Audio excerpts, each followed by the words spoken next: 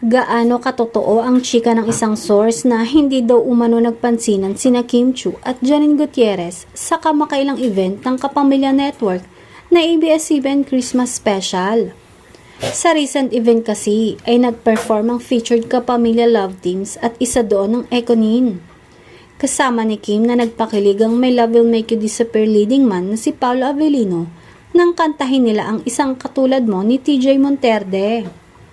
Humataw naman sa isang song and dance number ang Ekonin ni Jericho Rosales at Janine Gutierrez sa kanilang rendition ng Pasilyo ng Sunkiss Lola.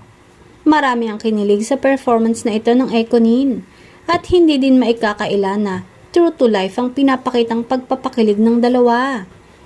Pero ang chismis na kumalat. During rehearsals daw ng Christmas special ay nagkita ang dalawa pero nagdedmahan ang mga ito hanggang sa matapos ang nasabing rehearsal. Madami din ang nakapansin na during the event mismo ay hindi din sila nagpapansinan. Para sa mga fan naman ng Ekonin ay normal lang daw na palaging magkakwentuhan si Jericho at Janine. Kahit nga daw sa set ay parang may sariling mundo ang dalawa. Alam naman kasi ng lahat na bago magkaroon ng Kim Pao ay naling sina Paolo at Janine.